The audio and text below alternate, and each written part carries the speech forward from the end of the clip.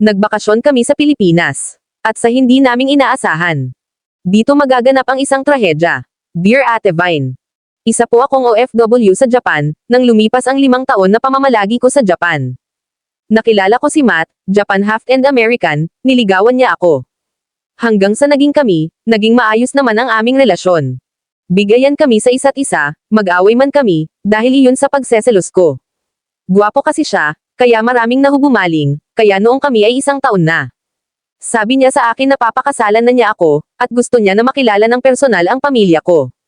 Kaya umuwi kami ng Pinas para makilala niya ang pamilya ko, hindi ko alam na magpapakasal na rin pala kami agad sa Pinas, naging masaya ang kasal namin, mga malalapit na kamag-anak lang ang mga bisita, ginanap ang aming kasal sa isang beach malapit sa amin, kaya sabi ng asawa ko, pag nagkaanak kami, babalik kami sa beach na iyon, dahil doon naging saksi ang tubig, at langit sa aming pag-iisang dibdib.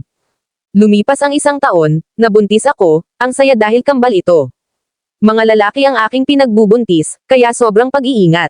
Pag-aalaga ang ginagawa ko, kasi medyo mas ellen na rin ako sa pagbubuntis ko, nanganganay na, at the time, 32 na ako, naging malusog naman ang aking mga supling, kaya nang sila ay nag 5 years old, first time nila na magbabakasyon sa Pilipinas, at first time nila na makikita ang lolo at lola nila, dahil nga itong asawa ko, ayaw kaming payagan magbakasyon na kami lang, ayaw niya na mapalayo sa mga anak niya ng matagal, sobrang mahal na mahal niya mga anak niya.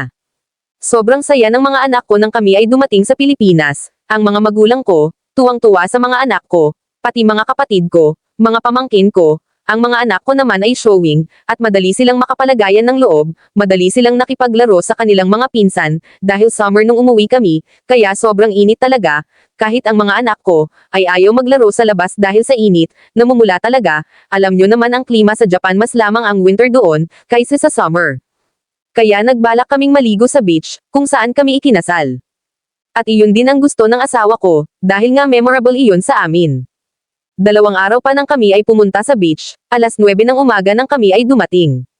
Marami kami nung time na iyon 4 na pamilya at nasa 6 ang bata. Ang mga anak ko ay nauna ng maligo, kasama ng mga pinsan nila.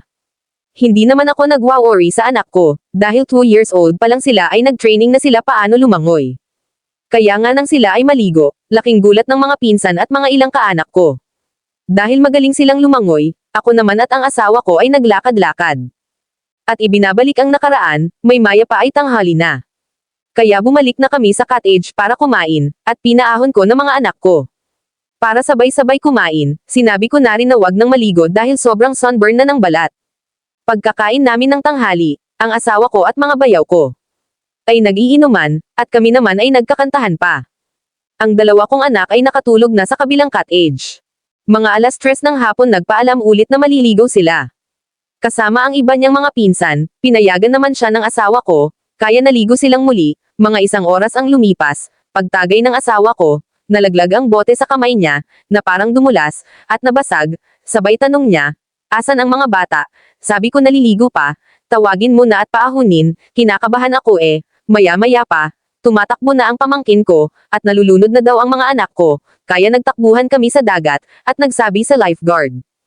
Nilangoy ng asawa ko kung asan ang mga anak ko, ang panganay ko ay nakalangoy papabalik kasama ang pinsan niya.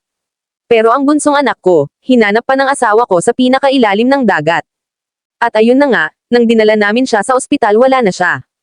Ang kwento ng anak ko, malakas ang alon, na ang pamangkin ko. Kaya ililigtas sana siya ng bunso ko, pero hindi na siya makita ng panganay ko.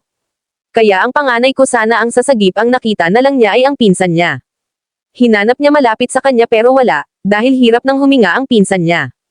Kailangan na nila umahon, sobrang awang-awa ako sa asawa ko, dahil sobrang mahal niya mga anak niya, simula nun, ayaw na ng asawa ko na maliligo ang nag-iisa na lang naming anak sa dagat, kahit pa sa pool ayaw niya, kahit hilig ng anak ko mag-swimming, hindi siya pinapayagan sumali sa mga competition, hindi makawala ang asawa ko sa pangyayari nun, ngayon ang anak namin ay 15 years old na, pero hindi pa rin siya nakakalusong ng pool at dagat.